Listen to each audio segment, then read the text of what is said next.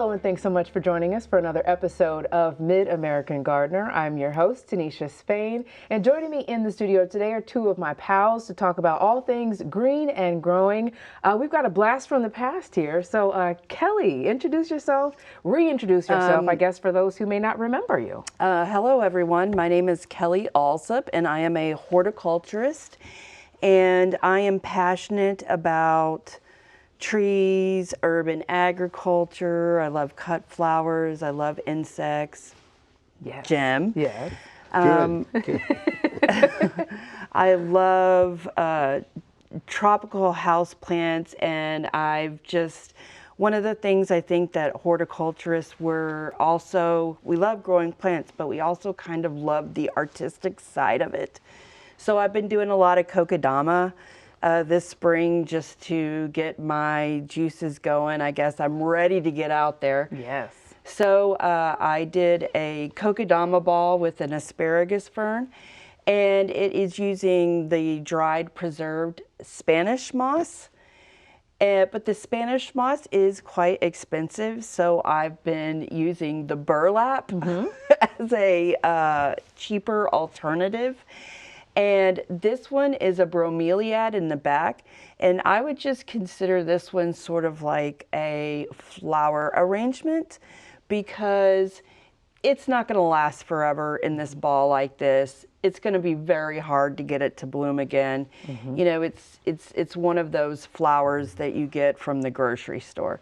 These other ones are cuttings from houseplants that I took. I think these are going to actually probably last a year. Maybe 2 years if we're really good with the watering and the fertilizing. So when I pick it up, this one's pretty light.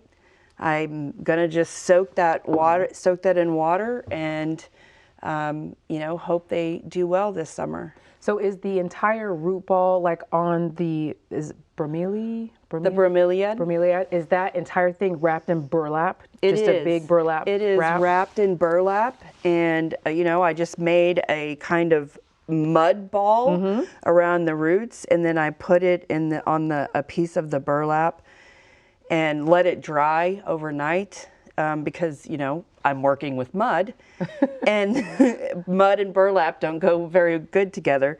So then I put a newer piece of burlap on the outside of it and start wrapping it with the string, which the burlap is great because it, matches the burlap twine perfectly. Very nice, very nice. And then to water them, do you just dunk them? I just dunk them. And let them sit until they're fully... Yes. Yeah. And then take them out. That's why they're kind of like look really cool in a dish. Yes. You have your grandma's old, teacup and put it in there. I don't know. I think they're lovely. And Jennifer Nelson has come on and made them. And we did like some copper wiring and hung them. Yes. And I've seen them in plant stores kind of hung up and used as decoration to add depth. So that's a really cool, fun craft, introductory craft for people like me who are not really And well-versed. I'm experimenting. These are cuttings. Just have fun. Yeah. Wonderful. Okay, we'll be back to you. Okay. Introduce yourself, Jim, and tell us a little bit about you. I'm Jim Appleby, retired entomologist with the Illinois Natural History Survey. So I deal with the insects and mites attacking trees, shrubs, and flowers. I ended up with 2 insect lovers. Yeah. Were you on the same show that she brought that giant hissing cockroach? No, I I'll wasn't. never forget that. I will never I'm sure forget he's held that. one before. Oh, yeah, and they Probably do hiss. dozens. They Yes, do hiss. yes. Okay, so you're going to be talking about hollies, right? Yeah, I'm really interested in hollies. I have quite a few on my property, and so if we could show that program, I made up a program on hollies that are appropriate for the Midwest. Now, we have the American holly. Now, in the hollies, you have male and female trees. So a holly is a tree. If you go to Washington, D.C., they have some beautiful hollies around the federal buildings, but they're really nice plants. Then the others are the reserve hollies. Again, you have male and female bushes. And the one that's really popular right now is Blue Princess. That's the female. And then Blue Prince is the male.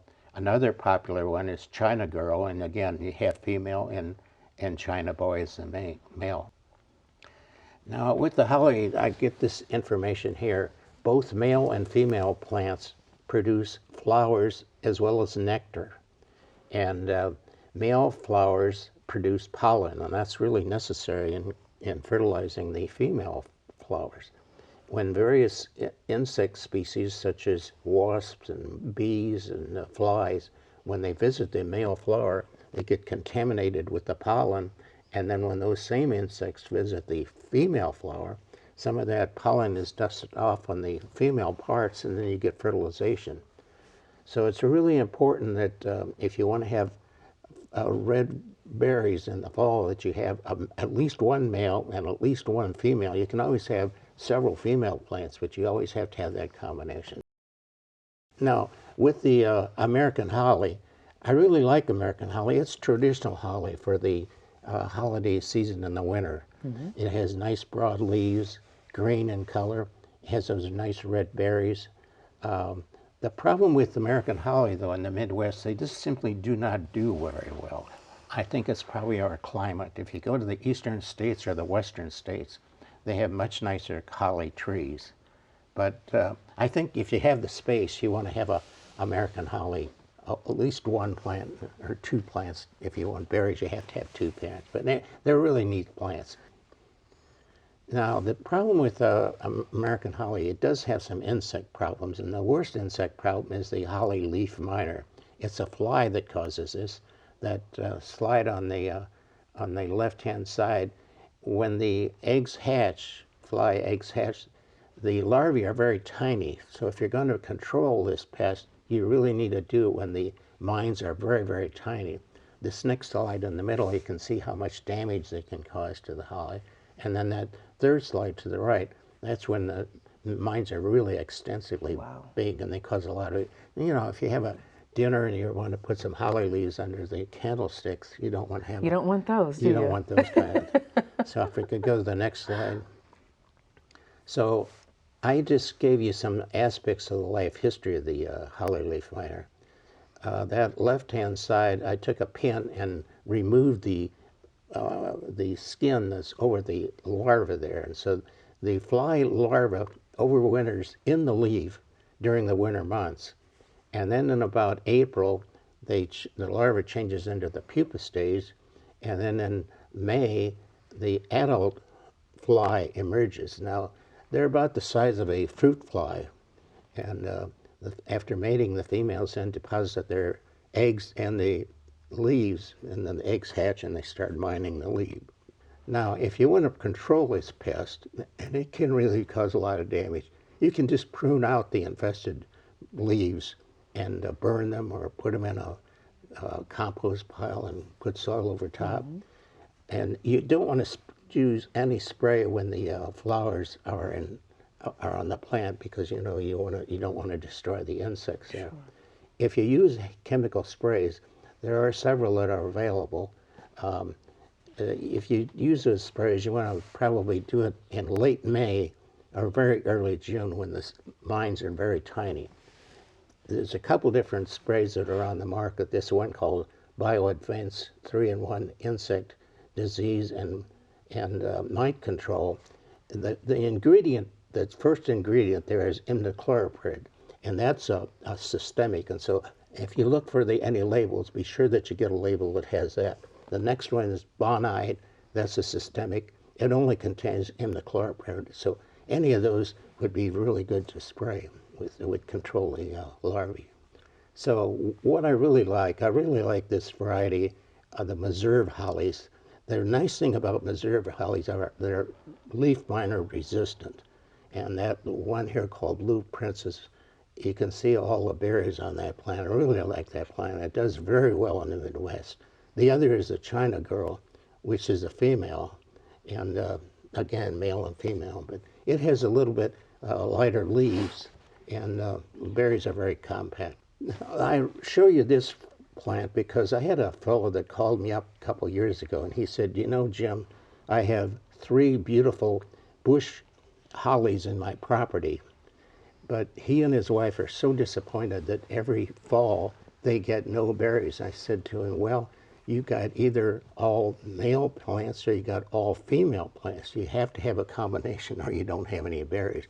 So I told him to look at the flowers in the Mary, and you can see here the male flower. It has the pollen, the nice green, nice yellow pollen.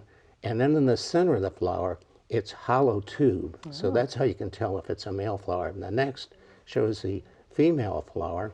And you notice the center now is filled, and there's no hollow tube. There's no yellow pollen. And so that's a female flower. So if you want to look at the flowers sometime in late April and early May, you can tell which sex you have. But it's very important to have both, male and female. If you want the berries, you got to have both. You have to have both. Excellent. Well, thank you, Jim. Now, if you want to use those under your candles for dinner, make sure you get the ones that haven't been pestered by the holly leaf miner. The holly leaf miner. Got it. Okay. All right, Kelly, we're going to go back to you. Now, this question kind of cracked me up because we've all been there. This is from Sally Newberry. My brother planted tomatoes in January. He brought me some plants to care for because he ran out of room. I have 29 plants under the lights, and they're getting very tall. She's in Danforth, Illinois, and can't plant outdoors until May, obviously. So she's wondering what she should do with this abundance of very leggy, very... I think 29 plants is a lot. That's a lot of tomatoes plants to take care of over the summer. She's going to give some away, clearly. Bushels. 6 weeks, like Tanisha said, 6 weeks. One of the things that I would do is I would pot it up. That would be my first thing. And when you think of a tomato plant, it's a vine, so it's going to root along the entire stem. So I would even pot it up plant it as deep as I possibly could plant it in maybe a gallon pot. Yes, I understand that's 29 gallons of tomato plants, but you're really getting a jump start on the season by planting a gallon tomato plant.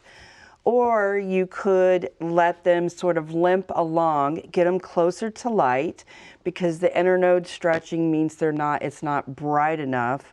And then when you plant them in May, you plant them either deep or you plant them in a trench. So you lay them down and, cover up all but the top leaf horizontally. But I feel like I understand that tomato is the #1 garden plant, and everybody wants tomatoes. I agree. I love garden tomatoes, but there's a lot that you can be working on now instead of nursing your tomatoes plants along. You can plant things like cilantro, which fresh cilantro on a salad or dinner is amazing, and spinach. And I like to just broadcast the seeds because, cilantro and spinach and lettuce and all that, I'm going to thin the seedlings and eat it along the way. And so I don't really have to worry about that. Another one is beets that I think is a really cool root crop to grow.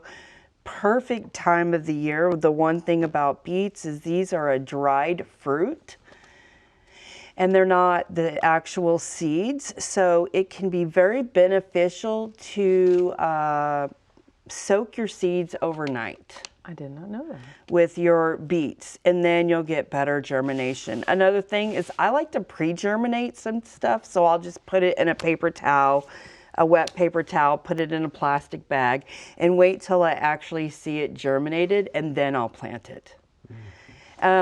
And then the carrots, the thing about the carrots is, what do we do? What's the biggest problem when you plant carrots is... Can I answer? Yeah. I did not dig deep enough, and I did not loosen enough, and so the carrots were because they couldn't grow straight down.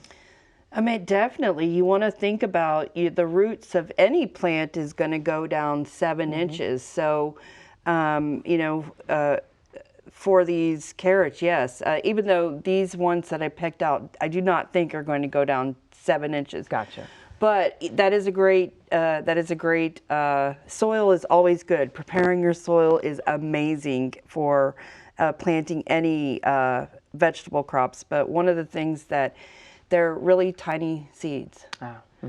And so you get them and you plant them, and then you have to thin them. And you're like there with the tweezers trying to thin these. And so you can mix them with sand. And that can help you thin the seedlings out a little bit more so you don't quite get them all together, because they're not going to produce a carrot if there's a whole bunch of plants together. You're going to have to go through and pull what we call cole seedlings, and I eat them and make pesto out of them. Hey. So yeah, just There are some things you can do now while you're waiting. that are so easy. And onions, oh my goodness, plant them and walk away. I agree that if we don't get a lot of moisture this spring, we're going to have to water a little bit, some of this stuff. And then when you're germinating seeds, you're going to, make sure you water them consistently. And then once they've germinated, walk away. Walk away. Set it and Almost. forget it. Yep. Love that. Okay. Thank you, Miss Kelly. All right, Jim, we're back to you. And these, you want to do the flowers or the cicadas? I have also, besides holly on my land, I grow a lot of daffodils. The reason I grow daffodils, they are deer resistant. The deer absolutely will not, nor rabbits will feed on daffodils. Now at this time of year, these are pretty badly muted. I cut them yesterday. But you see at the back of the flower here, this enlargement. Once the bloom is done, you want to cut that below that enlarged area here. You want to cut it below that, because this is where the seeds are produced.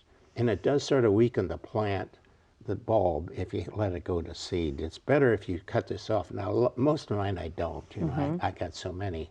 It would take me forever to do that. But if you just have a few daffodils, cut that off. So it'll focus more. Yeah, and so, there's these plants like daffodils, snowdrops are another one that the deer don't like those either.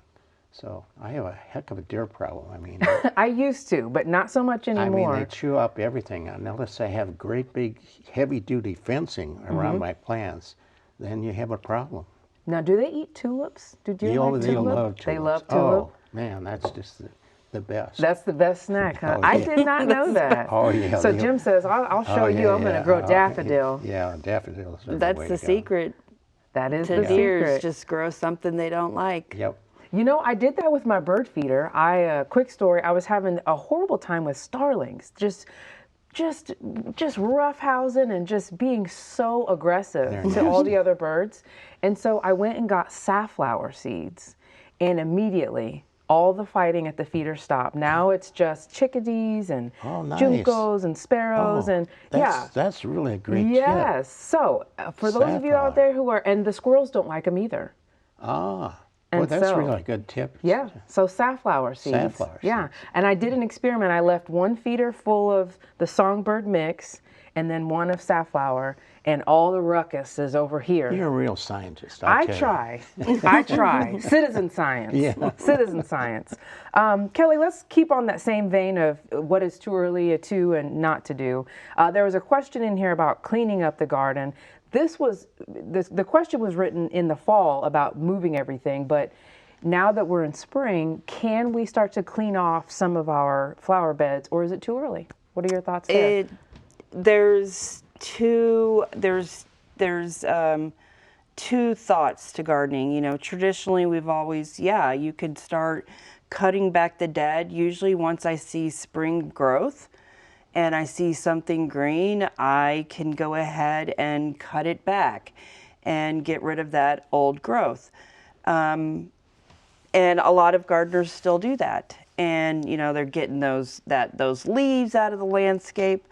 But, there is another school of thought that you're thinking about, the pollinators and the beneficial insects and who is overwintering in your garden, and there are insects there. So, if you're throwing all your garden refuge on a compost pile, then maybe you're not hurting all those insects. But if you're putting them, on the road, then maybe waiting a little bit longer. Or one of the things that you can do for bees, spring nesting bees, is if you have stems like Joe Pye weed or sunflower, you can actually cut those stems open and spring bees will make their nest in it. Oh.